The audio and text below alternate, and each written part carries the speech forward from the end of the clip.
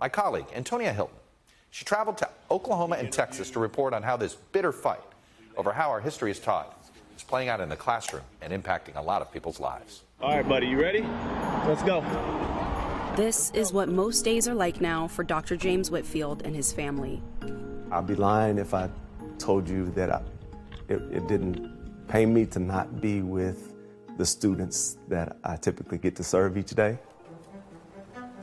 Normally, he'd be up by 6 a.m. in a suit, ready to lead a school of about 2,000 kids. But since late August, he's been suspended from his job as the first black principal of Texas's majority-white Colleyville Heritage High School, in the wake of accusations that he was pushing critical race theory, or CRT, on students. It has been difficult to be detached from really my purpose. And they see that, they see the pain, even though I try to mask it. But that's all I've ever wanted to do, is be an educator and serve kids. Ready? He's become one of the most prominent casualties in a national war over race, history, and diversity. Psychologically, what's that like? Yeah, it's, I go from different extremes. There's the part of me that goes, as any human, why me? Like, why is this? I didn't sign up for this. Texas is one of 8 states with new broad laws banning the teaching of critical race theory, a decades-old graduate-level study examining the relationship between the law and racial inequality.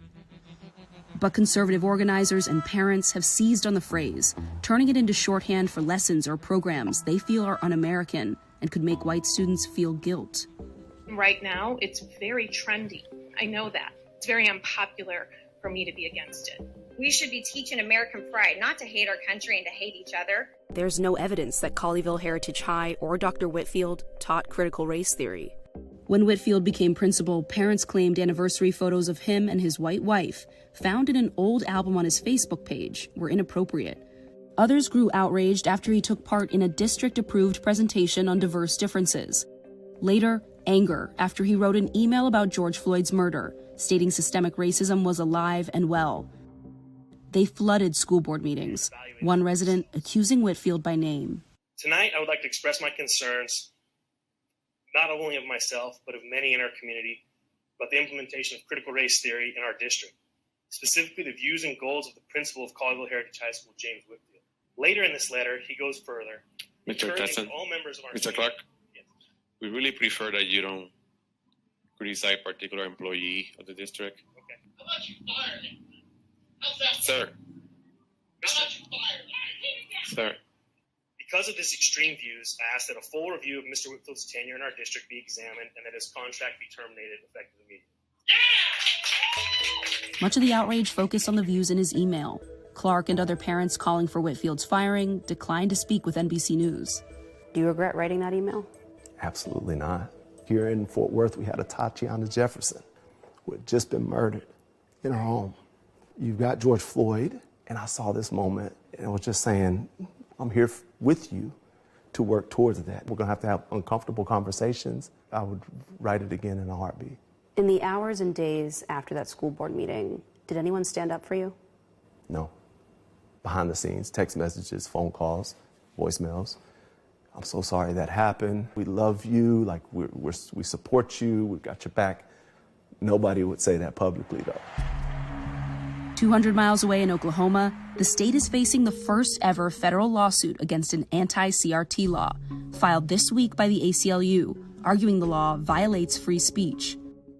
Educators at Millwood Public Schools in Oklahoma City have been working under a law nearly identical to the one in Texas that banned concepts that could make students feel discomfort or guilt. But at this majority black school, teachers like Miss Leandra Dokes aren't budging. Let's go before the massacre, okay? What do you know about Greenwood, the city? Today's lesson is about the Tulsa Race Massacre and how a white mob burned down black homes and businesses in a community called Greenwood in 1921. Seeing the planes just makes you just terrified. Like, you probably are just sitting there, froze, just looking out, all the other businesses gone. I would have felt a little bit of animosity towards them because it's the whole fact of the situation. It's like, you came into my hometown, killed my people, and then y'all gonna dispose of our bodies without a proper burial.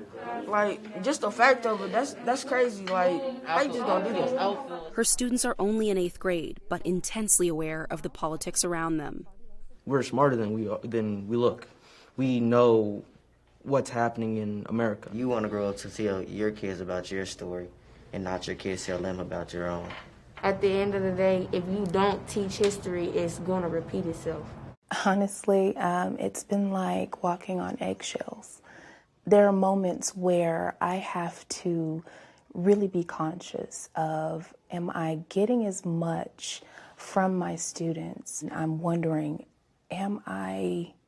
is this law causing me to hinder their education? Is there a case to be made for, look, leave the tough, divisive concepts to parents at home, and at school, just stick to basic history?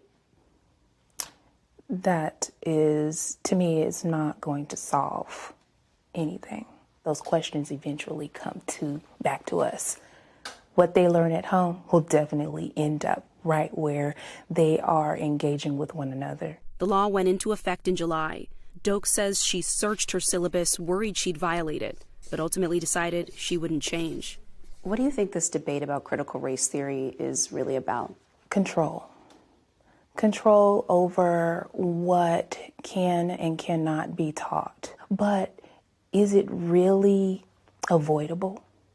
That's the question. That's the one thing that I fear is like, why are we trying to avoid something they already see? Good morning. Hey, Noah. Cecilia Robinson Woods is Oklahoma's only black female superintendent. As the law went into effect, she placed Millwood teachers through 4 days of training to assure them their lessons aren't CRT, they're just history. Are you on an island? I definitely believe that I'm on an island, which is one of the reasons I wanted to be in the school district. My board is all African American. They almost expect me to speak out because we know there's so many more that cannot. A local conservative PAC published her photo in their newsletter, warning supporters if we continue to allow these kinds of superintendents, there is no hope for the future. As someone who's been identified by conservatives as a potential problem, are you worried? I'm not sure what I'd be worried about. I mean, I answer to a local school board, and I have the support of my school board. But Millwood is the exception. Next door in Texas, several school districts are struggling to interpret new laws and protect employees. In Southlake, Texas, NBC News obtained exclusive audio of an administrator telling panicked teachers that they would comply with Texas law by balancing books about the Holocaust with an opposing view. Make sure that if you have a book on the Holocaust, that you have one that has other. How do you oppose the Holocaust? Believe me, that's come up. The district apologized, and the administrator in the audio has not responded. In Katy, Texas, the school canceled and then postponed an event with a prominent black children's book author. State Senator Brian Hughes is the author of Senate Bill 3, the second and most stringent of the anti-CRT laws passed in Texas. When you look at some of what's happening around the state right now, you don't think that any of this has gone off the rails? Oh, I think folks need to focus on what's in the bill and not what's in other states or what they've heard or things like that. And if we were to tell little white children that they are inherently oppressors, that's not good. If we tell little children of color that they are inherently victims, neither one of those is good. Was that the primary motivation for these laws, to make sure that white kids don't feel guilty? So the bill is pretty clear.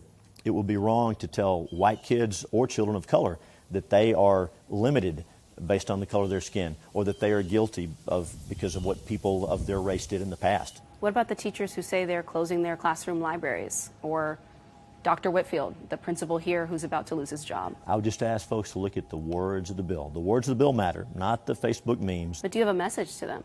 I mean, is there something that you can clarify at a statewide level? So what we've said, I want to make sure this is clear. So what we do not teach in Texas public schools is that one race is inherently superior or inferior. I understand that, but I want to know what you think of the current lives people are living as a result of this entire movement.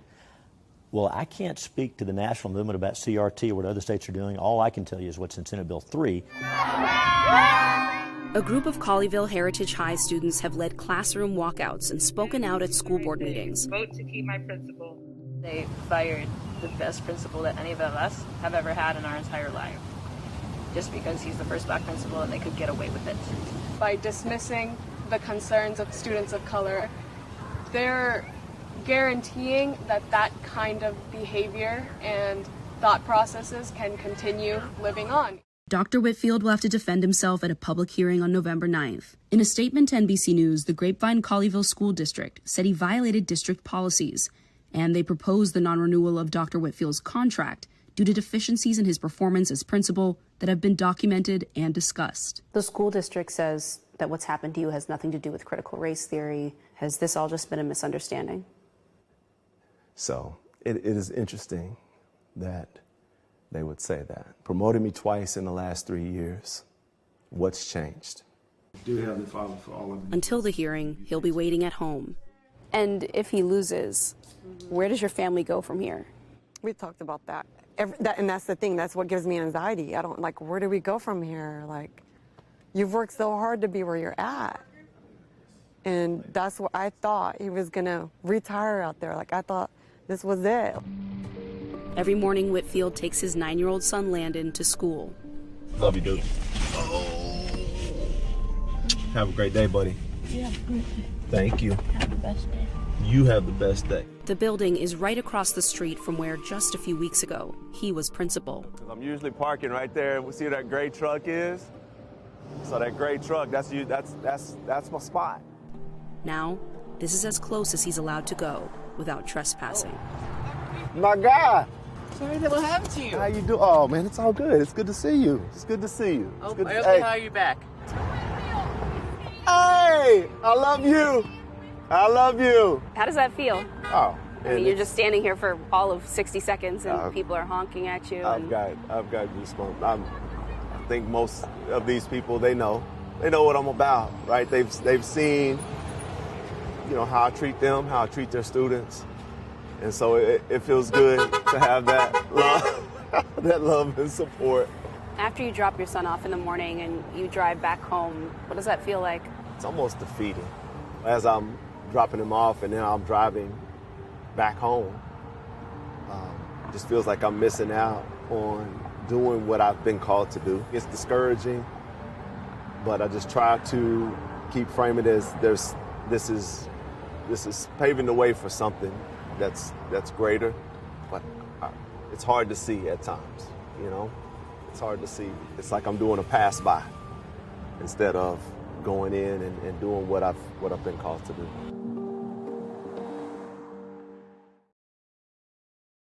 Thanks for watching our YouTube channel. Follow today's top stories and breaking news by downloading the NBC News app.